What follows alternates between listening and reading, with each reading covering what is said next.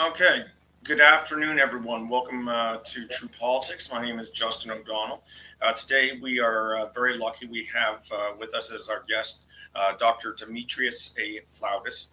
He is a geopolitical expert, a foreign analyst, and he is a visiting professor at the University of Cambridge. Doctor, thank you for joining us. And the topic, what the doctor proposed, and I think is a very interesting one, is the Forgotten War.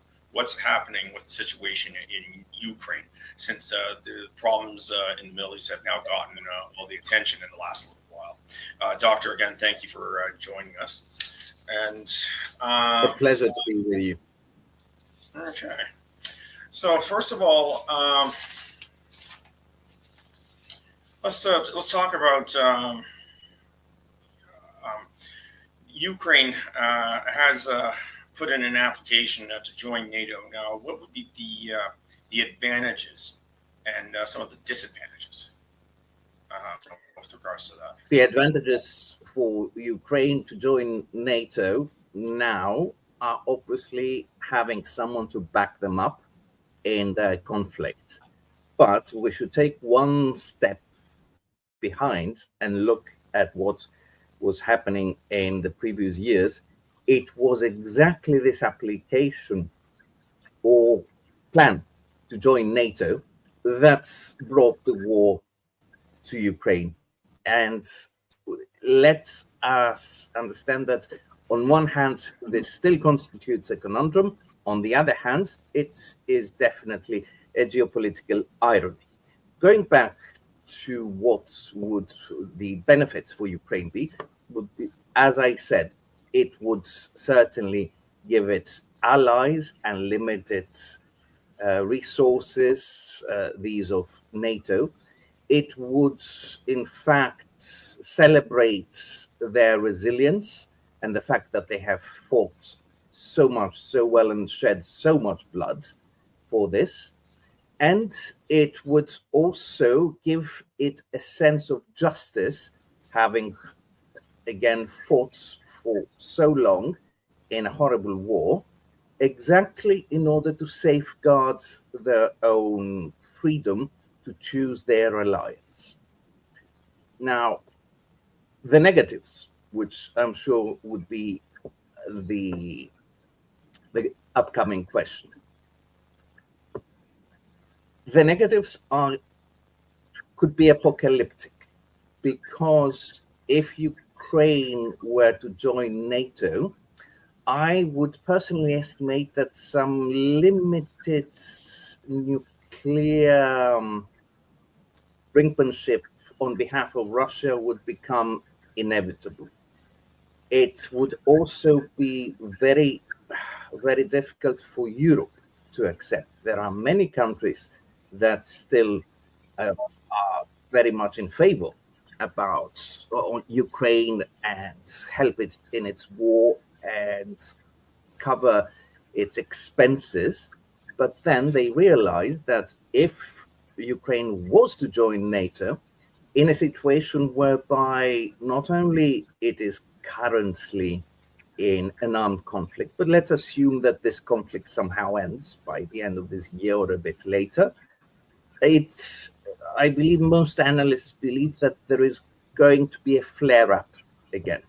We don't know how it is going to be afterwards, but it's the stability of what will be created is under discussion.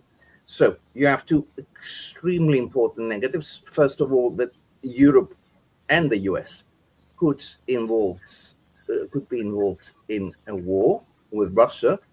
And the second, which is the outcome of the first, that this war would quite quickly go nuclear. Limited at the beginning, but then again, once you start an armed conflict, you really have no control over what is going to happen. Mm-hmm. Okay, yeah, so it looks like they are caught between a rock and a hard place with regards to NATO alignment. What about other organizations? that they could join? What would you suggest they do, or in terms of joining or not joining certain organizations? Well, the major other organization that there is discussion about is the European Union. And until recently, until very recently, 2 years ago, Russia was quite in favor of allowing Ukraine to join the European Union as long as it would stay out of NATO. The problem is that after the American elections and the change of administration, the US has backed away from being such a complete supporter of Ukraine, and that left essentially the Europeans, NATO, and the EU uh, kicking the can and trying to actually give to Ukraine everything that the US has stopped providing them for. In that respect, the Europeans have painted themselves into a corner because they have hardly left any kind of open channels or possible escape tracks that they could use in the near future to somehow renormalize to an extent their relationships with Russia. And Russia, of course, is not going to go away from Europe. It will always be there. So what we have now is Russia being quite negative, not only about NATO, but about the European Union. Because you had, remember, a few months ago, 8 months ago, the coalition of the willing by Sir Keir Starmer, the British Prime Minister, along with Macron and the German Chancellor. And they were coming up with all sorts of weird and absolutely non-practicable solutions, such as sending on their own now, not NATO, EU, boots on the ground in Ukraine, to create a peacekeeping force that would be along the demarcation line of whenever there is going to be a truce.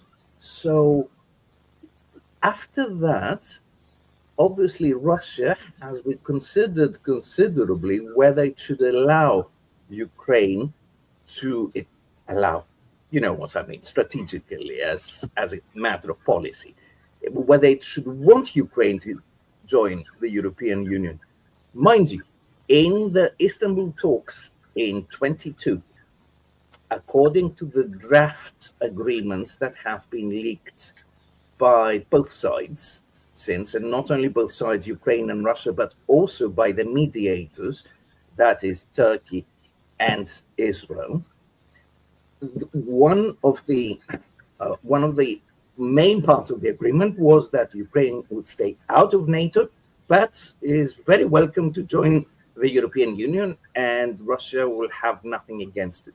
I do not think that this is now feasible any longer. Interesting. Okay. The next question that would pertain to just pulled up here. Sorry. How do countries outside the West interpret conflict and the rules of the United States and NATO? Well, we used to call the global south the third world, and this was the terminology that arose during the Cold War, because you had the first and the second worlds, the West and the communist countries, and then the remainder were the third world. It is very instructive, and it should be a lesson to us, all of us in the West, how the global south, as they are properly called now, have seen and perceived the war in Ukraine.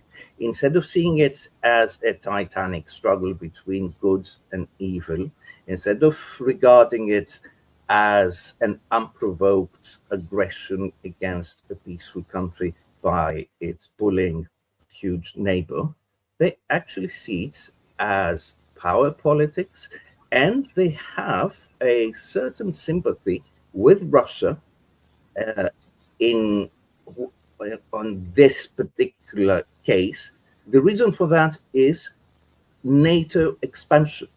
If there had been no NATO expansion and Russia had attacked Ukraine on, just because it wanted basis, you would have, I believe, a number of global South countries being firmly against it, not doing anything, but at least taking a firm stance. The fact now is that the global South absolutely believes that this is a doing of the West, and it was Russia reacting to being encircled by this constant expansion. As regards now how the rest of the world, the majority of the world, perceives the political ramifications in about the Ukraine war, the most instructive thing is to look at what happened in the BRICS conference in Kazan, in Russia, in 2024. You had obviously all the leaders of the BRICS countries. You had the heads of states or prime ministers of 40 more states. And the whole thing was welcomed and chaired, facilitated by the Secretary General of the United Nations himself, who was there in the summit. You can imagine that this was on purpose downplayed here in the West because they did not want the media and the politicians here in the West. They did not want to show that the majority of the rest of the world does not share the opinion of the West at all. And you have not only friendly countries or neutral countries not paying any attention to whether Russia was wrong and whether the Russian president, who was chairing the meeting in Kazan, is an indicted from the criminal courts person for crimes against peace and against humanity. None at all. None of these mattered. They all came very happily, and so did the Secretary General of the United Nations, so the whole world together. You can draw your own conclusions after this, and this happened already 2 years ago. I see. Very good.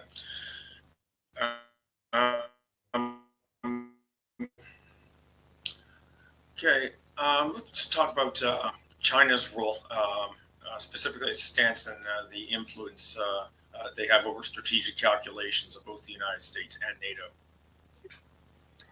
Yes, China has seen this war as a kind of little secret windfall for it. It keeps the West busy. It keeps the West poorer because so much money is going to buttress Ukraine.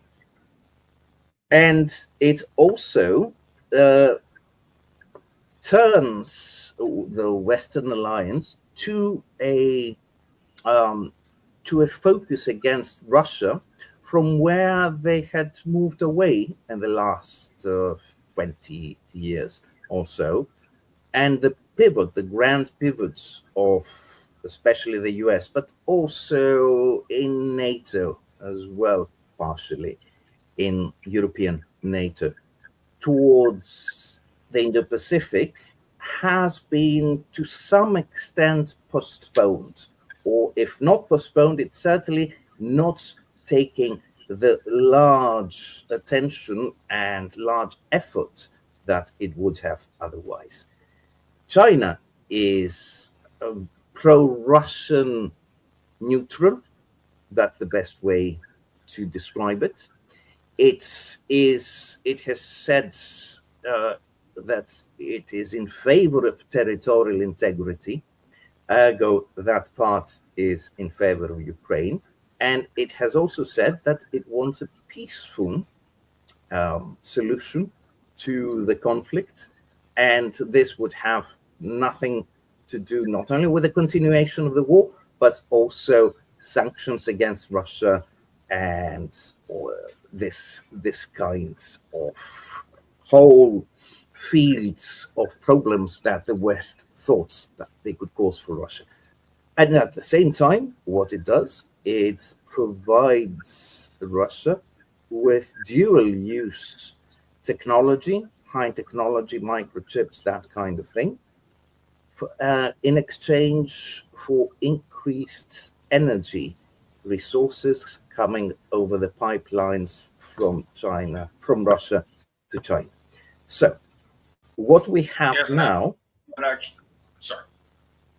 No, I'll just finish that. What we have now is a situation whereby instead of using Russia, which is a geopolitical deep enemy of China. For anyone who knows a bit about geopolitics, Russia and China are natural enemies because they are fighting, in quotation marks, over the division of Eurasia, the center of geopolitical strength. And Russia also has. I'm just curious. Sorry, I was just. Could it also be because they've had both countries? Well, I guess this wouldn't be so much the case today, but in the past they've had historical difficulties. Would that have been related in part because of their differing interpretations on Marxism and communism? No, there's no ideology involved in it anyway. It is purely hard-nosed politics and geopolitics that makes them natural enemies. There have been dozens of wars fought between Russia, the Russian Empire, and a couple, one or two, three, by the Soviet Union against China. China has lost every single one of them. And so there is a bit of a revanchist attitude. Plus, China is brimming and is at the seams with a lot of people, a lot of potential, and a lot of money. And it sees the vast expanses of Siberia with all its untapped resources as its own possible northern Lebensraum at some point. So that is why they are geopolitical enemies as characters in the game. However, in spite of this, the West has managed, instead of taking Russia on its side and saying, let's have a common front against China, they have thrown Russia into the arms of China and have creating the no holds barred alliance as they have been celebrating since 2021. So that will take a while, if at all, during the next decades. It will take a while to change. As I said, probably not even at all. Perhaps this is how things are going to be unless there is a complete change of circumstances. And that kind of segues into our next question. Now we start talking about energy and how this conflict is going to impact on Europe's reliance on Russia for certain forms of energy. Europe is no longer reliant on Russia, but again, it has shot itself in the foot. If you take it very pragmatically here, put away the ideology for a second, because it, instead of receiving 40% of, that's almost half of its energy, the total energy output was 40% Russian gas. That's massive if you think about it as a percentage. And instead of that, they are paying a huge premium to ship liquefied natural gas from the United States and Qatar. Well, Qatar, and with a hiccup recently as well. This is again a windfall for the United States.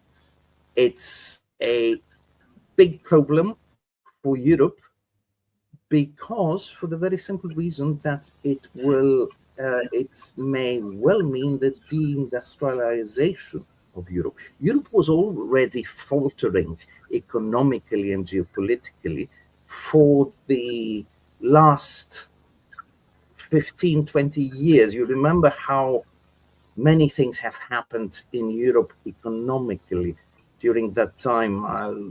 Just if we remember the Greek default, Portugal and Spain and Ireland receiving assistance from the IMF. So faltering economies, things had started looking up by 22, and now what we have is a situation that every single thing we do, every single bit of electricity, every single ampere of electricity that we consume, not only as civilians, but our own factories here, is almost twice as expensive as it was 3 years ago. Do you really think that's going to keep Europe competitive in the world? Yeah, neither do I.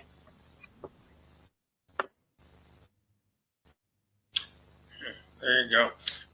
One question I did have with this growing political crisis in the UK that Prime Minister Starmer is facing. Let's say worst case scenario, they get a new prime minister. How is this going to impact with the UK's relations?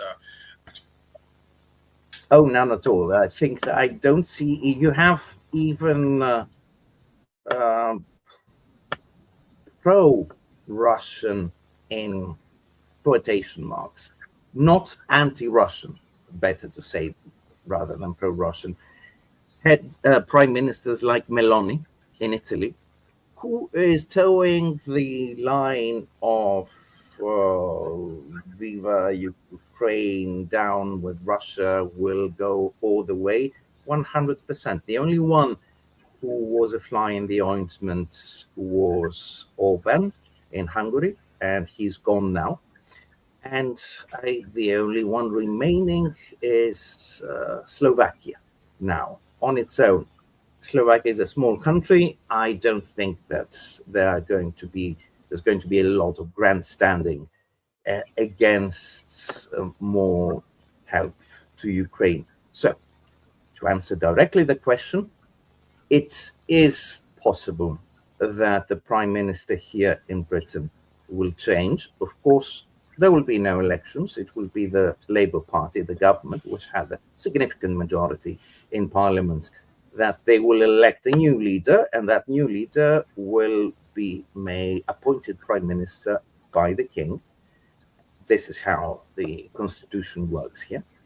And that person will have absolutely nothing to say to change the current policy. In fact, if you read the press here in Britain, the ones who seem to be possible alternatives and who would want to fight it out in a potential new election of Labour Party leader, they have been asked by the press, what is your stance on Ukraine? And they have all toed the line 100%. So there's not going to be any change in that respect.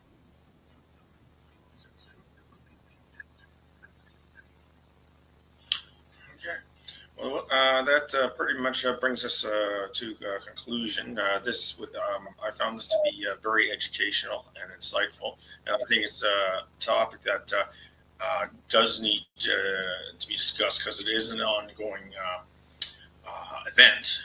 And unfortunately, you're hearing next to nothing about it because of the events that are happening in the Middle East. But Doctor, thank you for suggesting this topic.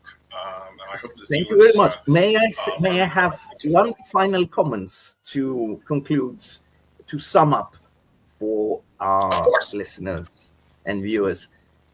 The war in Ukraine is the most important single geopolitical event ever since the fall of the Berlin Wall. No, it was not 9/11 in the US. No, it was not the intervention in Iraq. No, it is not the current war in Iran. The war in Ukraine is going to change the world's international relations and the power balance in a completely different fashion than what we have understood so far, because all the dynamics of it point towards it. So we should not allow it to become a forgotten war. It has gone on the back burner now because of the newest crisis, but it should definitely be part of the attention. It should be under the focus of every viewer who wants to keep up with what really matters in the world. We should all be following what happens in Ukraine, because that will change our world, not the Iran war. That's an excellent analysis. Very good.